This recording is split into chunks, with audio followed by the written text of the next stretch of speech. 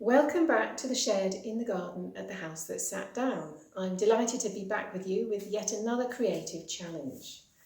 Now, I am an author as well as an artist, but I also have the privilege of being a school librarian part-time during the school terms.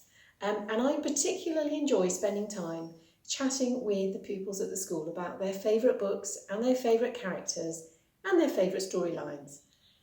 So since lockdown and the shutting of the schools, I've actually really missed that. And so that was really the inspiration behind the creative challenge that I'm going to be setting today. If you were writing a children's book, what would your main character look like? So, in order to do this, for this demonstration, I'm going to start with a little bit of sketching, and I'm going to talk a bit about the things in your sketch that you might be wanting to include in order to make it appealing. And then I'm going to show you a sketch that I've done for a character for a children's book that I would write if I were writing one. And then I will show you how to take the sketch and turn it into a nice, bright, colourful illustration that would be worthy of including in a children's story. So let's see how that turns out, shall we? One of the things we need to be thinking about with our character is actually making him or her appealing. After all, we want to like our character and we want our readers to like our character.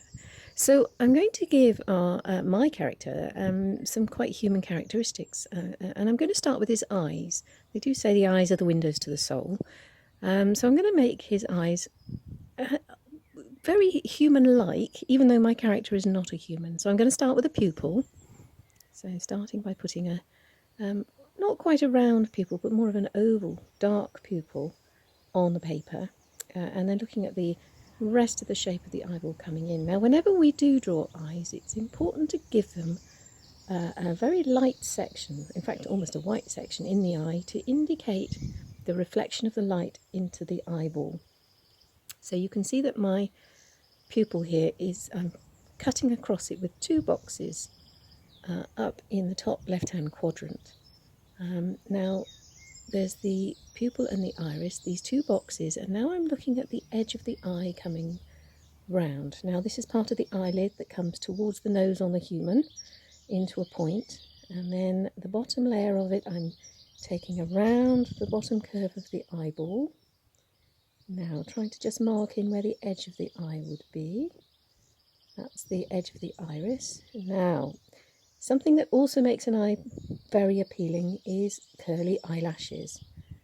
So as I'm taking my eyelid round at the bottom there, popped a couple of eyelashes in, and then the edge of the eye, and then part of the skin fold beyond it going in there and under the eye again. Now moving back to the top, I'm going to be putting a few curly eyelashes in at the top as well. Now this doesn't mean that my character is a girl or a boy, just trying to make his eyes appealing. Okay, a couple of eyelashes there. Okay, now we need to think about the fold of the skin above the eye, putting a little bit of depth in there. And obviously your character can have an eye of any shape and size, but this is the one that I quite like to draw. It's actually adaptable to a lot of different creatures. In fact, if you look at the colourful giraffes that I paint and llamas, very often they have eyes a bit like this. Now putting a bit more darkness into the pupil of the eye there, but remembering not to cover the section that will be the reflection. The reflection's quite clever because if you put little curves on it, it will indicate that the eyeball is round. Okay, popping a few more shadows in there. A bit of darker detail, just pulling things together. It's really a question of trial and error and working out what appeals to you, really. Fundamentally, though, it's important to have the reader's sympathy for your character. So we want people to like him or her. Okay, more folds of the skin there, a little bit of depth around the eye. Obviously, we can build the face up to do eyebrows, etc., depending on what your creature actually is. Now, so that's the basis of the eye there. We're going to have to think about the rest of the face. Let's just move the paper over. As you can see, I've just been making it up as I go along, but I'm now going to put another eye on the other side. Now, my creature might have 3 or 4 eyes, but in this case, he's just going to have the 2. And actually, you can see there, the second eye I'm putting on there, if we're particularly critical, you can see it's a little bit bigger than the first. I'm not too worried, though, because nobody's face is completely symmetrical, and my little creature may just be a little bit odd. Then you'll have to think about the other features in the face. Now, I spent an evening sketching and playing around and came up with this creature, who is actually a little dragon, a little green New Forest dragon. Now, I'm quite happy with that as a concept, but I'm going to transfer the drawing onto a piece of mixed media artistic paper. I like to draw a boundary around it because I think it's quite a nice way to contain the image. And then I'm going to sketch in onto the top of that the details of my creature, as I've decided I like him best. Now, I'm using a very fine marker pen. I like to use the Sharpies because the ink doesn't then run if you use watercolours over the top of them. Now, you don't have to go straight in with a Sharpie. You could, in fact, transfer your sketch using tracing paper. Now, I do know that a lot of people can get a little bit snobby about using tracing paper with artistic projects, but I'm of the view that whatever you need to use to make it easier for you, go for it. As long as you're enjoying it, that's the main thing. Don't worry about what other people think about how you're achieving your sketch. I think if it gives you confidence with the lines that you're drawing on the paper, just go for it. Now, you can see my little creature taking shape. And now, while you're doing your sketch, you could think about the sorts of things that your character likes and doesn't like. Because it's really important when you are writing a book to really understand your character, so that you can write effectively about how he or she may react within certain circumstances and as the storyline develops. So, for example, my character her name is Layla. She's a little green New Forest dragon, and she lives in a cave in the New Forest. She's green and yellow because she's going to need to be able to camouflage herself against some of the vegetation in the forest so that the humans can't see her. She doesn't like the humans to find her because she's a little bit nervous.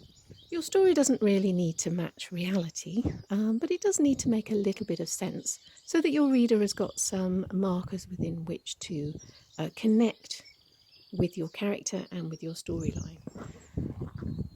When you're developing your character for your story, it's quite nice to be able to give that character a backstory. This is a little bit about their history, about where they've come from, how they've got there. You need to make your character as approachable as possible, and it's important to give them a little vulnerability as well.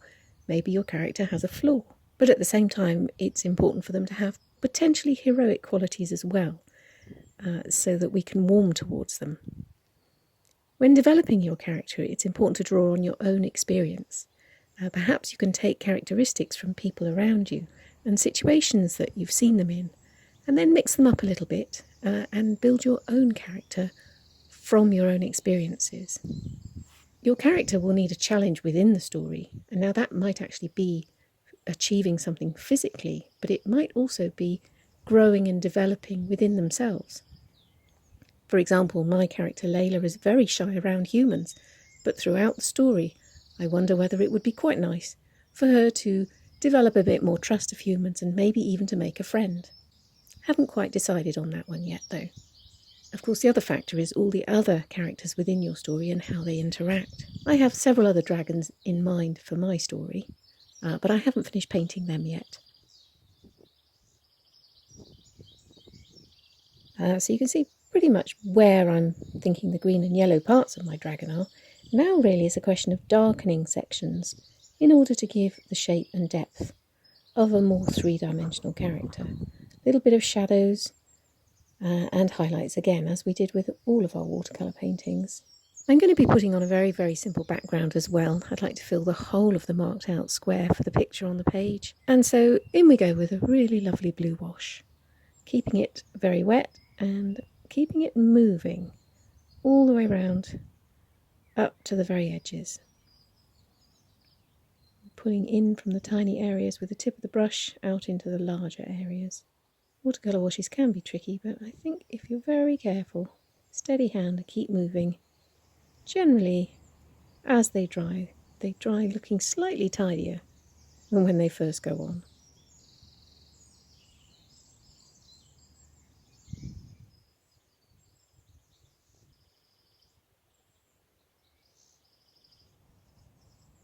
All the way to the edges there. And then we're pretty much done. I'm going to leave that to dry.